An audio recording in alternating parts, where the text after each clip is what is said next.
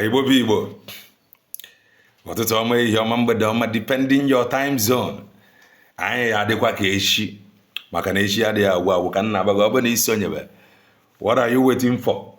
Click the like button, subscribe, comment, share. Ife anyị na-ekwu o yeruru gị na nke ikpeazụ a edego na nke ikpeazụ o yeruru gị adịghị agba ya drọ. A sị na ofu aka rụta egbenụ ozuo aka niile. I just want to make common sense as always. Ihe anyị na-eme ebe a bụ common sense, and the reason anyị ji eme constantly now bụ for you to see reason to reason, for you to see reason why you have to key in. Enwe ihe ije key in. Ihe ije key in bụ na ofu aka rụta egbenụ ozuo aka niile. Ofu mkpịsị aka o rụta egbenụ ozuo aka ise. Then ejuzi onwe gị mgbe ọ bụ na ofu aka rụta egbe na ozuo aka na-ese ka ezi ife je eme ma ọ bụrụzie n'obodo anyị nọ n'ime ya rụtazie egbenụ anyị ewere ya saa arụ. That is the truth. Lee ihe anyị ji ekwu okwu a, some of you a na-afụta ya asị okwu ndị ara. It is going to go down in the history of mankind. Oyibo na-adịba anyị mma n'ọnụ mana anyị amara asọ anyị agara school. It is going to go down in the history of mankind. People will refer to some of these gospels now. I pass, I preach. And what is the gospel? The gospel of redemption. What is that redemption? Na shoroki pota. Nimo obodo bongi no nimi aja adega ahumma. Jija the sure of your future. Talk more of the future of the unborn generation. Kisi eba pota. Ki in nimo kunwere onwe bu Biafra. Na ọ bụrụ na mmerụ nwere onwe Biafra megide bịa la ọ bụla ebe ahụ ka nzọpụta gị ga-esi ja abịa. Some of you adịghị aghọta ya.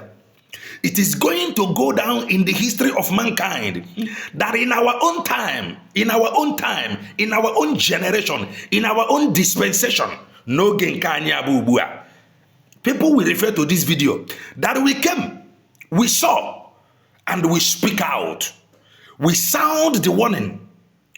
We sound the warning that nobody nọ n'ime ya na ọ dị aga ahụ mma. Pope John Gennene anwụọla la boat. Nigeria happened to him. Ada agba ya draw. Then ojuzi onwe gị oge a na-ekwu okwu nwere onwe a o nwere ike ọ na-asị na arapụ ndị a na-ekwu okwu nwere onwe. That is not of my business. My business will just let me take care of my family. Let me take care of my children. Immediately the country happened to him. What is now the fate of that his children? Yawana try to save them. Oh yeah, ka eji ekwu a level playing ground and that is a developed environment. If I be fair eji ekwu ya na ọ bụrụ na obodo the well developed ụmụ ya had their future amandi tattered. Mana because of nobodo anyị nọ n'ime ya, Nigeria happened to their father, and if care is not taken, any guaranteed that Nigeria will not happen to his sons. Even Mawunya, ya wetara onye ọbụla ga-ejije key in n'ime okwu nwere onwe maka ịbịa mgbe anyị na-aga ụka o mere offering box a na-edebe a na-edi ya ọbụm ka ọ bụ gị. That is why you must key in. Maka na-ekwu ya now. And it will go down in the history of mankind that in the era of Mazi Simon Ebanjoko that he came, he speak out, he is ready, was ready to save his people. But what happened? His people ganged up to fight him, even wanted to imprison him, even trying to save them. It will go down in the history of mankind. Now, just to save you. Mbaka refer to all his broadcasts. Mbaka refer to okunwere onwe na-ekwu now. Mana ekpere anyị na-ekpe bụ ka okunwere onwe akwuru elisi ka onweta ya. Mana ọ bụ na ọ fail, which we are praying earnestly to God that he will not fail. Mana ichenugo ọ bụrụ na ọ pụta by now. Ọ bụrụ na emegide ichenugo ihe nwere ike bụ your faith and the faith of the future of the unborn generation. Ma ọ bụrụ ori na ha mesịa taa, you must follow us carefully. Ọ bụrụ na adọgide kirikiri which we are saying now, God forbid, that he Mazeba will not fail. Ọ bụrụ na adọgide kirikiri ma adọgide kirikiri ajarọta nwere onwe Oja very bad. Nante mmadụ na oja asuru nante. If the unborn generation, when they will be referring to all his teachings, all his apostleship into osi agbasa ozioma na ịzọpụta gị. Ichenugo emegide remodia, they are going, that is under the coming generation, they will become brutal. Any ekwu nwere onwe ya efezinegi ntị efe. O mekwara another prominent politician ogbonna ya ọnụ ogene. I stand to be corrected. Afro ya na BBC no nwana. Mgbe a na-ekwu okwu nwere onwe a, o nwere ike na pretend he has no business with freedom. He is okay. O ekwugidego okwu nwere onwe ya nwa nwala. Hapụkwa the suffering for it people. Ihe abụ the reason iji ejije key in maka oh yeah, the bad. It will go down in the history of mankind. Now that in my own time, in my own dispensation, no genkem, I came. I struggled, I traveled out. I saw how things is done. Afrom ntu nde wetara anyị oborechi we doziebe ha oborechi aba under the law. Yet anyana adokirikiri. It will be ageji this broadcast gosi omowa.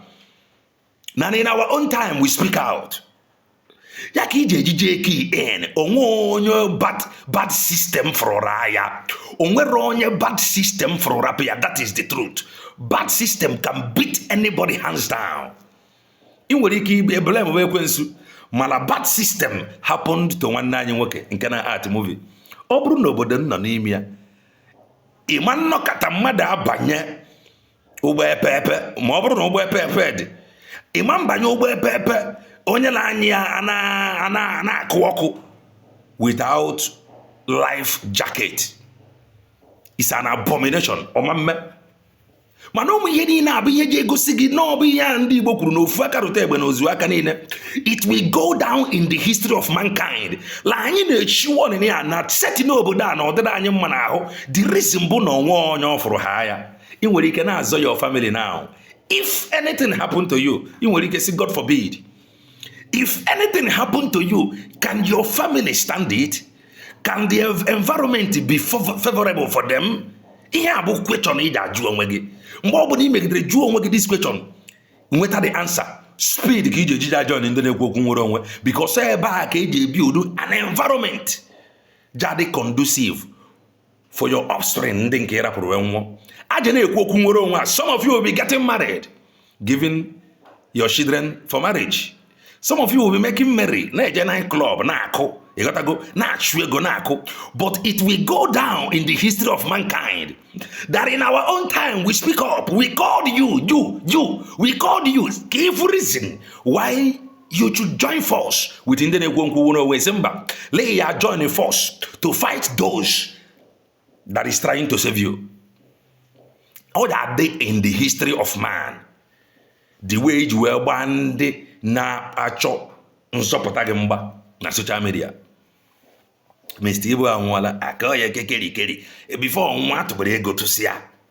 Onye nke a na-abụ a young vibrant man. Ihe ọ hapụrụ behind na-abụ 3 children.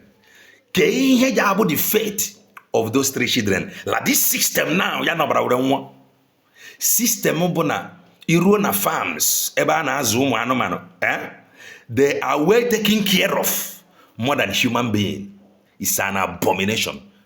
Mado habit la such a system. Can na agwa iruo na farm ebe a na-azụ ụmụ anụmanụ. Ụmụ anụmanụ they are well taken care of more than ndụ gị. Ijuni onwe gị such a system. Ọ bụ ife ị ga-anọ. Ihe ọ dị na bongo ọ bụ m ka ọ bụ gị. Enwere ike na-ekwu ọ dị ka film. Only but one day the system will happen to you. Only but one day, the bad system will beat you hands down. Iwe kwete na ọ na-eme. Mgbe onwezi ebe ị ga-anọzọ the future of that your kids. Mba na obodo etie gị ịwa. Ya ka iji ejije eme kisho n'ike iri in. Don't neglect this call of freedom. Don't neglect the call of God kingdom on the planet. Obodo bungo mere onyos for hire. You don't know what bad system can do. Bad system can do undo. Bad system is a respecter of no reverend. Every reverend, no matter how connected or the oruo na passport office o je ki rere ofelo EQ imana na oja abia maka na mmadu and ọ na-abịa maka na mmadu o ji amere bribe a reverend a prophet bad system I for ya na beat your hands down mo ruo ebe bad system ji abụ agada gbachiri ụzọ o beat your hands down. Bishop, bad system and beat your hands down. Even some of your politicians, some of your representatives, the bad system is dealing with them, but they can't tell you. That is the truth. That is going to go down in the history of mankind. We speak the truth, but many of you neglected it. Many of you fought it or fight it. Onwe ihe jọrọ njọ ka bad system. Bad system, okay, jiri onye ọbụla. You must think deep. Na farm ebe a na-azụ ụmụ anụmanụ that they are well taken care of more than ngewa na-akpagharị n'iro. Government has no business with you. They have no connection or whatsoever with you. They have no plans for you. Ozu anwana adraga bago ozu ya something ordinarily n'obodo na-arụ ọrụ anyị adịghị ekwukwe na adịghị enwe accident n'ụfọdụ obodo mana nke bongo DSCS ihe a bụ the reason you must key in n'okwu nwere onwe a na-ekwu maka na ọ bụzi okwu ọ bụ m ka ọ bụ gị. If anything happened to you today, can your children survive it? Cost of living is very high with wickedness in the obodo. Cost of living is very high. Check even one bag of rice 90,000. A one must such environment. If anything happened to you, can your children survive it? If they cannot survive it, that is the more reason why they are this bad. Now some African countries talk more of. Remember, if it will go down in the history of mankind. And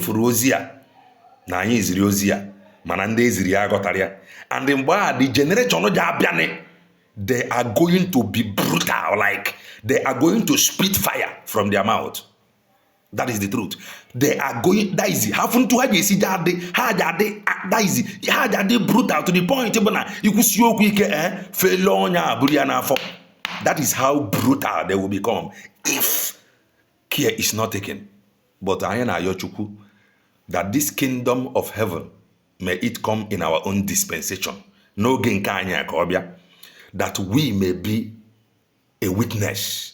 That is our prayer. That we may be a witness. Yahweh, some of us that he may not fail if I'm a mayor. The system will deal with you. It has no respect for you. It has no regard for you. That neither you or your generation to come. We are praying that he may not fail. Because your generation is at stake. Sabo. Okay, no see me. Where the happenings within you. That is the truth. Because the bad system of your generation, or just swallow it. That is the truth. It does not matter now. It does not matter. It doesn't matter. The situation, the condition, the environment is a respecter of no titled man. Fathers, reverend fathers, feel that you are looking up to. The system is dealing with them mercilessly.